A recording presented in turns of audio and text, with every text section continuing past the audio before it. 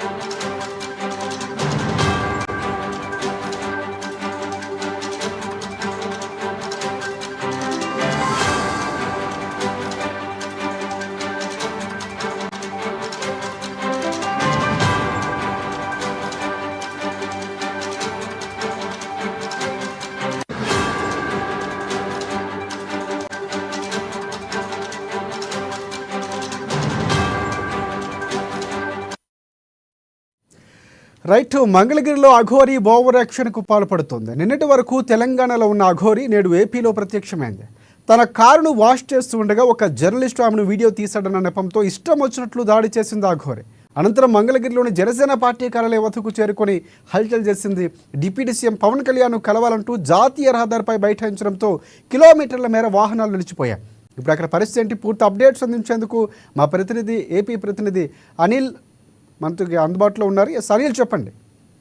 Thank you Rajasekhar. ఏదైతే అఘోరి ఈ రోజు జనసేన పార్టీ కార్యాలయం వద్ద బైఠాయించింది. ప్రధానంగా జనసేన అధినేత పవన్ కళ్యాణ్ డిప్యూటీ సీఎం ని కలవాలి, అప్పటి వరకు నేను ఇక్కడ నుంచి వెళ్ళనని విస్మించుకొని జాతీయ రహదారిపై ఆమె కూర్చొని ఆందోళన చేయడం జరిగింది. అయితే అధికారులు మాత్రం అక్కడి నుంచి పంపించే ప్రయత్నం చేసినప్పటికీ పోలీసు అధికారులపై కూడా ఆమె దాడి చేయడం జరిగింది. ప్రధానంగా ఆమె విజయవాడ నుంచి జనసేన పార్టీ వస్తున్న క్రమంలో మంగళగిరిలో కార్ వాషింగ్ దగ్గర ఓ రిపోర్టర్ ఆమె వీడియోలు చిత్రీకరిస్తున్న సమయంలో అమాంతంగా దాడి చేయడం జరిగింది. అతనికి కాలు కూడా ఫ్రాక్చర్ అయింది. అతను ప్రస్తుతం ఎన్ఆర్ఐ వైద్యశాలలో కూడా చికిత్స పొందుతున్నాడు. ప్రధానంగా చూసుకున్నట్లయితే అఘోరి మొన్నటి వరకు ఆంధ్రప్రదేశ్ లో పలు ప్రాంతాల్లో విశాఖ, ఉత్తరాంధ్రతో పాటు ఇటు తిరుపతి, శ్రీకాళహస్తి ఇవన్నీ పర్యటించిన తర్వాత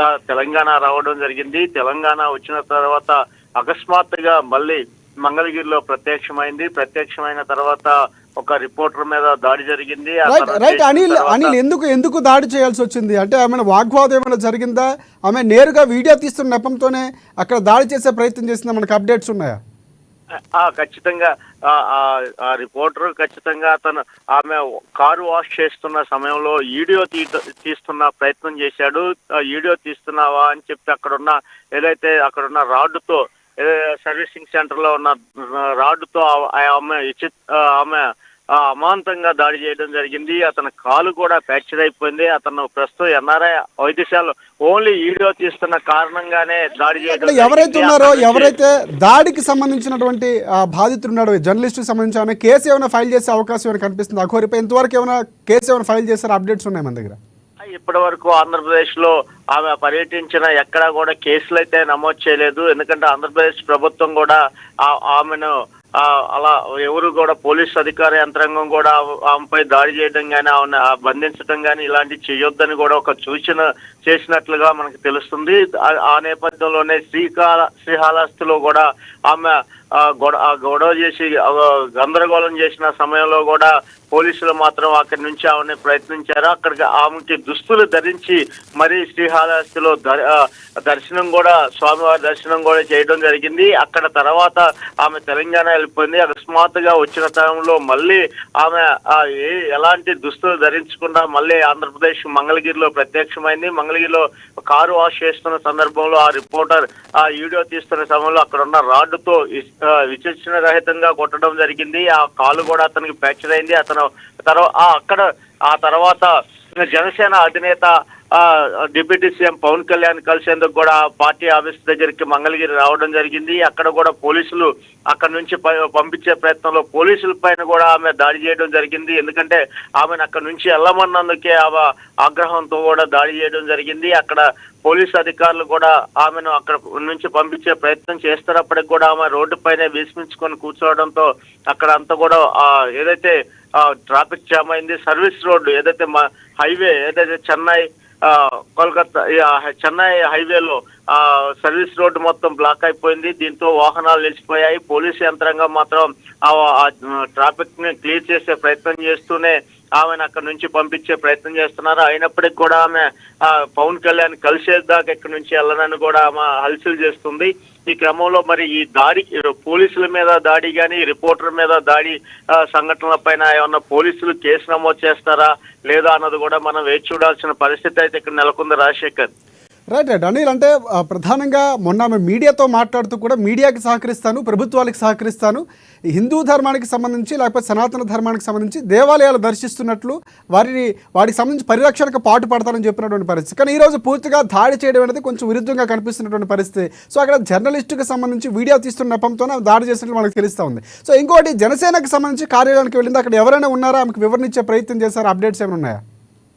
అంటే జనసేన పార్టీ కార్యాలయంలో కూడా పవన్ కళ్యాణ్ కలవాలి అంటూ కూడా ఆమె ఒక నినాదంతో అక్కడికి వచ్చింది. అయితే అక్కడ పోలీసులు మాత్రం ఆమెను అడ్డుకున్నారు. లోపలికి వెళ్లకుండా అడ్డుకున్న క్రమంలోనే అక్కడ నుంచి పంపించే ప్రయత్నంలోనే పోలీసుల మీద కూడా దాడి చేయడం జరిగింది. అయితే ఆ పోలీసులు కూడా ఆమెను అక్కడ నుంచి పంపించే ప్రయత్నం చేస్తున్నారు. జనసేన పార్టీ నాయకులు కూడా ఇప్పటివరకు కూడా ఎవరు స్పందించలేదు. ఎందుకంటే డిప్యూటీ సీఎం పవన్ కళ్యాణ్ ఏదో ప్రచారంకి వెళ్ళి వచ్చారో ఆ తర్వాత అక్కడ నుంచి కూడా ఆయన పూర్తి బిజీ షెడ్యూల్లో ఉన్నారని కూడా చెప్తున్నారు. అయినప్పటికీ కూడా జనసేన నాయకులు మాత్రం ఇప్పటి వరకు దీనిపైన స్పందించలేదు. పోలీసు యంత్రాంగం మాత్రం ఆమెను అక్కడ నుంచి పంపించే ప్రయత్నం మాత్రం జరుగుతూ ఉంది. ఎందుకంటే ఎలాంటి దుస్తులు లేకపోవడం, ఇలా హల్చల్ చేయడం పట్ల ఇప్పటికి ఇద్దరు పోలీసు యంత్రాంగం మీద దాడి కానీ ఇటు జర్నలిస్టు దాడి సంఘటన కూడా జరిగింది. వీటిపైన పోలీసు యంత్రాంగం ఎలా స్పందించింది, ప్రభుత్వం ఎలా స్పందించింది అనేది కూడా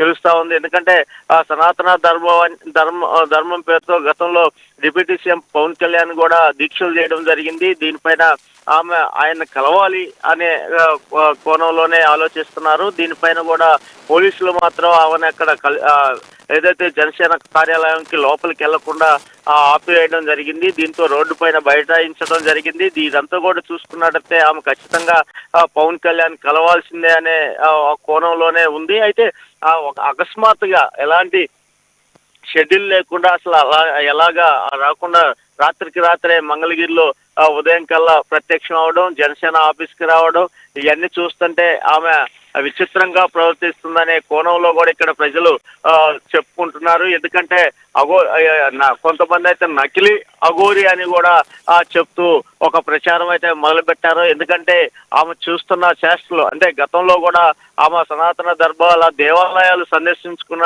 సమయాల్లో కూడా ఎవరు కూడా ఆమె దగ్గరికి వెళ్ళలేదు. కానీ ఈరోజు రెండు దాడి ఘటనలకు కూడా పాల్పడడంతో కూడా ఈమె అఘోరి కాదు, ఈమె నకిలీ అఘోరి అనే ఒక ప్రచారం మాత్రం మంగళగిరి ఈ అమరావతి ప్రాంతంలో మాత్రం ఒక చర్చ అయితే జరుగుతూ ఉంది. ఆ అఘోరీలు అలా వచ్చినప్పుడు వాళ్ళు దాడులు చేసే ప్రయత్నం చేయరు. కాబట్టి ఇక్కడ నక్సలే అఘోరి మాత్రమే అలసలు సృష్టిస్తుంది, ఎంపై కూడా చర్యలు తీసుకోవాలనే కోణంలో కూడా ప్రజల్లో ఇప్పటికీ ఒక పెద్ద చర్చ అయితే జరుగుతుంది.